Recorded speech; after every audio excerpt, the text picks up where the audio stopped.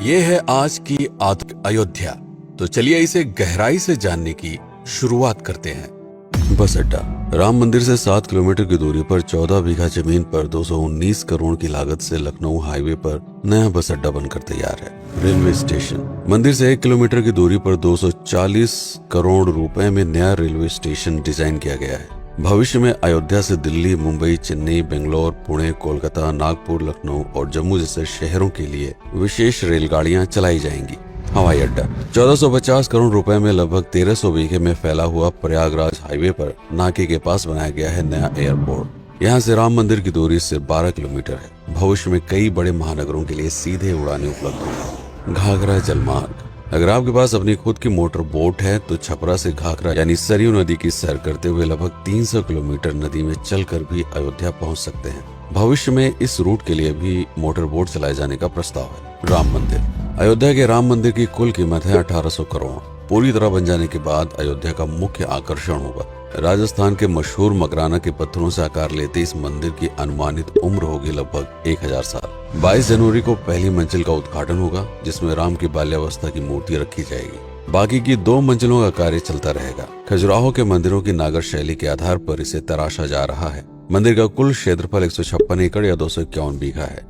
हनुमानगढ़ी। राम मंदिर से लगभग 800 मीटर की दूरी पर स्थित है हनुमानगढ़ी। मंदिर के आवासीय परिसर को मिलाकर यह लगभग 52 बीघे में फैला हुआ है। मंदिर की 76 सीढ़ियां चढ़कर हनुमान जी के दर्शन के बाद ही राम मंदिर में जाने का विधान है। यह मंदिर अयोध्या शहर के ठीक बीच में एक ऊंचे टीले पर बना है। शहर की तरफ आने वाले आक्रमणकारियों के आने की सूचना यहीं से प्राप्त करके अयोध्या के राजा तक भेजी जाती थी। इतिहासकारों के अनुसार जितनी बार भी अयोध्या पर आक्रमण हुआ उतनी बार इस मंदिर को भी विध्वंस झेलना पड़ा। हालांकि सन्यासियों ने हर बार इस मंदिर को फिर से खड़ा किया। आज यह मंदिर रामानंद संप्रदाय और निर्वाणी अखाड़े के अधीन है। राम की पेड़ी। अयोध्या को सरयू नदी की भयंकर बाढ़ से बचाने के लिए इस बांध का निर्माण किया गया था, जिस पर श्रद्धालुओं के स्नान के लिए कई घाट बना दिए गए थे। इतिहासकारों के अनुसार जितनी बार भी बांध टूटता था, सरयू का पानी अयोध्या की गलियों में घुस आया करता था। इसी बाढ़ से बचने के लिए पूरे अयोध्या में जगह जगह पर ऊंचे टीले बनाए गए थे, जैसे राम टीला, हनुमान टीला, लक्ष्मण टीला। आज ये बांध अयोध्या का मुख्य पर्यटन स्थल बन चुका है। हर दीपावली पर यहाँ लाखों दिए जलाकर रामायण की उस घटना को उत्सव के रूप में मनाया जाता है जब श्री राम अयोध्या वापस लौटे थे।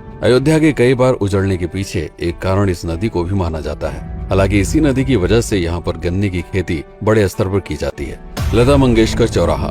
नया घाट और बस स्टैंड के पास ही अयोध्या का मुख्य चौराहा 6.7 करोड़ रुपए में बनकर तैयार हुआ है। पद्मश्री से सम्मानित राम सुथार जी ने 2 माह के कठिन परिश्रम के बाद इस 40 फीट लंबी वीणा को आकार दिया। 14 टन की इस वीणा को लता जी के स्मृति चिन्ह के रूप में यहाँ पर लगाया गया है। इसीलिए इसका नाम नया घाट चौराहे से बदलकर लता मंगेशकर चौराहा कर दिया गया है। धर्मपथ। नया घाट से कुछ पहले सड़क के दोनों तरफ 30 फीट ऊंचे 40 सूर्य स्तंभ लगाए गए हैं, जिसे धर्मपथ का नाम दिया गया है, जो श्री राम के राजकुल सूर्यवंश का प्रतीक है।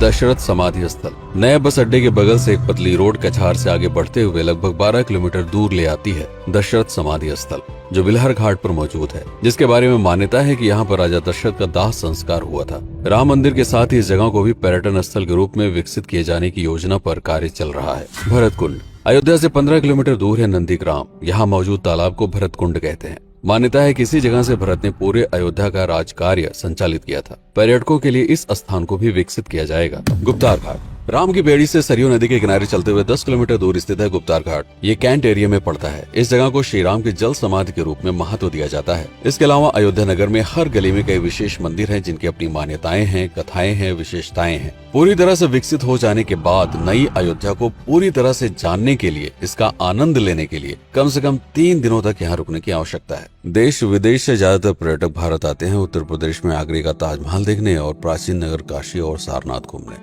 प्रश्न ये है कि अयोध्या घूमने और श्री राम का मंदिर देखने के लिए भला विदेशी क्यों आएंगे?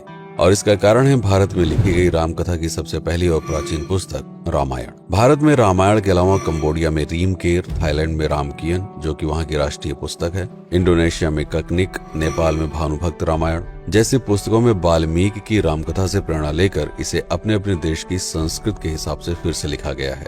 पात्रों के नाम, कुछ नई घटनाओं के अलावा मूल रामकथा सभी में एक जैसी है। इसके अलावा भारत में ही रामकथा को लेकर संस्कृत में 7 संस्करण, हिंदी में 3 संस्करण, गुजराती में 47, उड़िया में 14, तेलुगु में 5, कन्नड़ में 4 और अन्य भाषाओं में लगभग 17 संस्करण मौजूद है। इसके अलावा लिखे गए नाटक, कविताएं आदि को भी अगर मिला दिया जाए तो इस दुनिया में 300 से अधिक तरह से राम कथाएं बार बार लिखी गई हैं।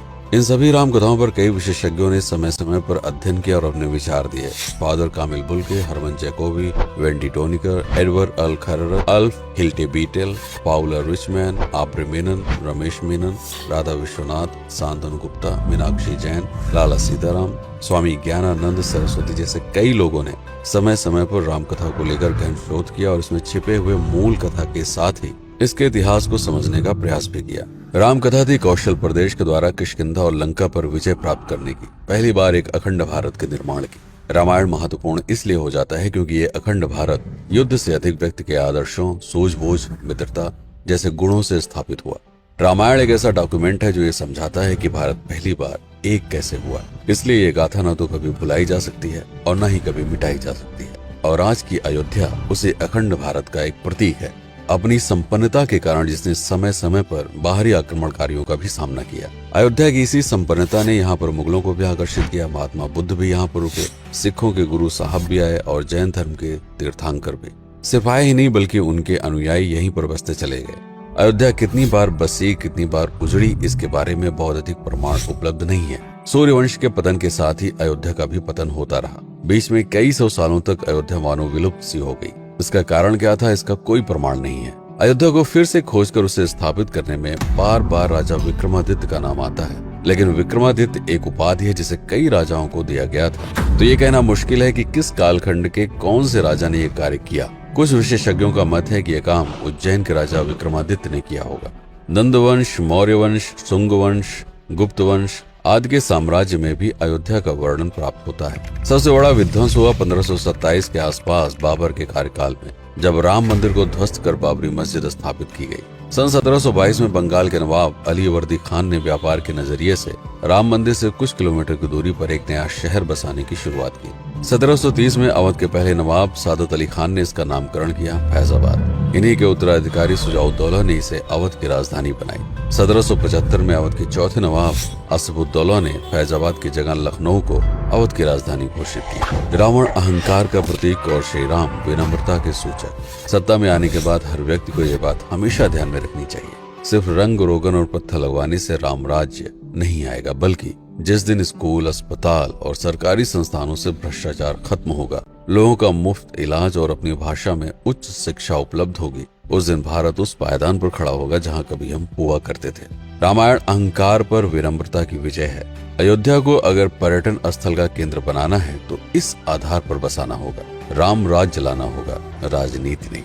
यदि इस वीडियो में कोई त्रुटि हुई हो तो उसके लिए क्षमा करें। वीडियो पर समय बिताने के लिए आपका बहुत बहुत धन्यवाद। मैं हूं पीके सिंह और आप देख रहे हैं प्रतापगढ़ हब।